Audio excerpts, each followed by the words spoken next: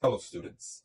In this next set of 5 lectures, we're going to be discussing the classes of hormones. In this lecture, we'll start with the first set, the steroid hormones. I'll first give you the parent compound, and then we'll look at 3 related hormone structures. First, we're going to draw our parent compound, just the backbone of it first. There are 4 rings in this structure. We're going to have a 6-membered ring here, a second 6-membered ring, and a 5-membered ring here. Here are our rings in this parent structure. Now we're going to identify the functional group. So this first one is going to have a Y, a V, and a Y. So I'm going to make a Y here, a V, and then another Y. Whenever you have something like this, whenever you have an endpoint or a vertex, that means that there's a carbon there saturated with hydrogen. So this compound is the same as drawing this CH3, CH2, and then CH3.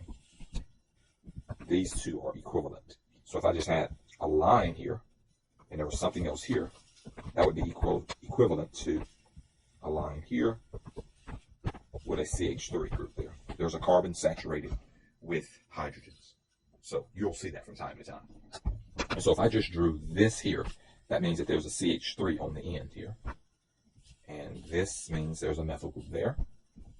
And this one is going to have an OH. And this is going to be our parent compound, except for one other functional group, a double bond. So that's our parent compound. We won't name it right now. Okay, there's our parent compound. And so we're going to need to make a copy of this parent compound. So I'm just going to copy it here.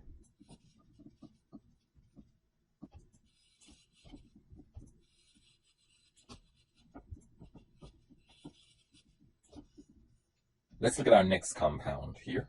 There are going to be a few changes. We're going to get rid of this. We're going to get rid of the YVY. And we're going to change the YVY to, get rid of that. We're going to get rid of this. I'm just going to get rid of everything. We're going to get rid of the OH. So we keep 2 things, as you can see. We're going to add some things now. We're going to add a hydroxyl group here. I'm going to put a carbonyl carbon here. And we're going to move our double bond here. And that's our second compound, and we'll name it later. Let's go to our third compound. The first thing we're going to do is get rid of the differences, the things that aren't the same. Okay, we're going to get rid of this, our carbonyl carbon. We're going to keep the double bond here. We're going to get rid of the methyl group here. And now let's look at this third compound. We're going to have a hydrogen here. This will be the same as our parent compound, so I'll leave that one blue like the parent. Here we're going to add another double bond. So this is our second compound. Okay. Let's look at our fourth compound. Let's get rid of a few things. We're going to lose that hydrogen. We won't have the OH, and we're not going to have the double bond there. But we are going to add a few more things. Now this OH, I just need to draw it. It's still going to be there, but I just need to draw it a little different. So we will have, the OH will remain, and we're going to have a carbonyl here. The methyl group comes back that we got rid of before. Now we're going to add 2 more functional groups. We're going to have an OH here, and then we're going to have O here, and then OH here. These are our 3 steroid hormones, plus the parent compound. And so what we're going to do next is name these. Okay, this is our parent compound, and this compound is cholesterol.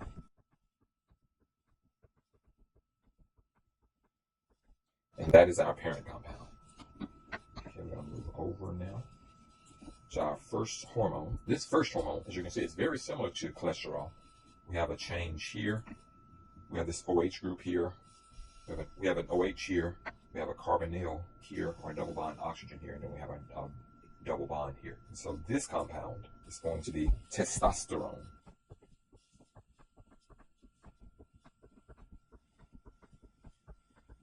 And again, testosterone is very similar to cholesterol.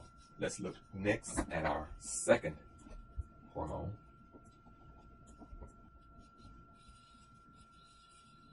The third compound in our second hormone is going to be estradiol.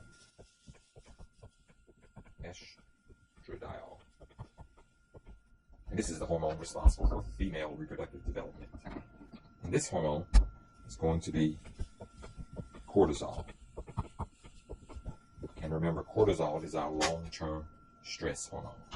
And so these are the four steroid hormones, or the three steroid hormones in the parent compound cholesterol you will be responsible for. This first one here is cholesterol. The second is testosterone. The third is estradiol. And the fourth is our long-term stress hormone, cortisol. And these are all of the steroid hormones for which you're responsible. And that concludes this lecture. Hope that you learned a lot.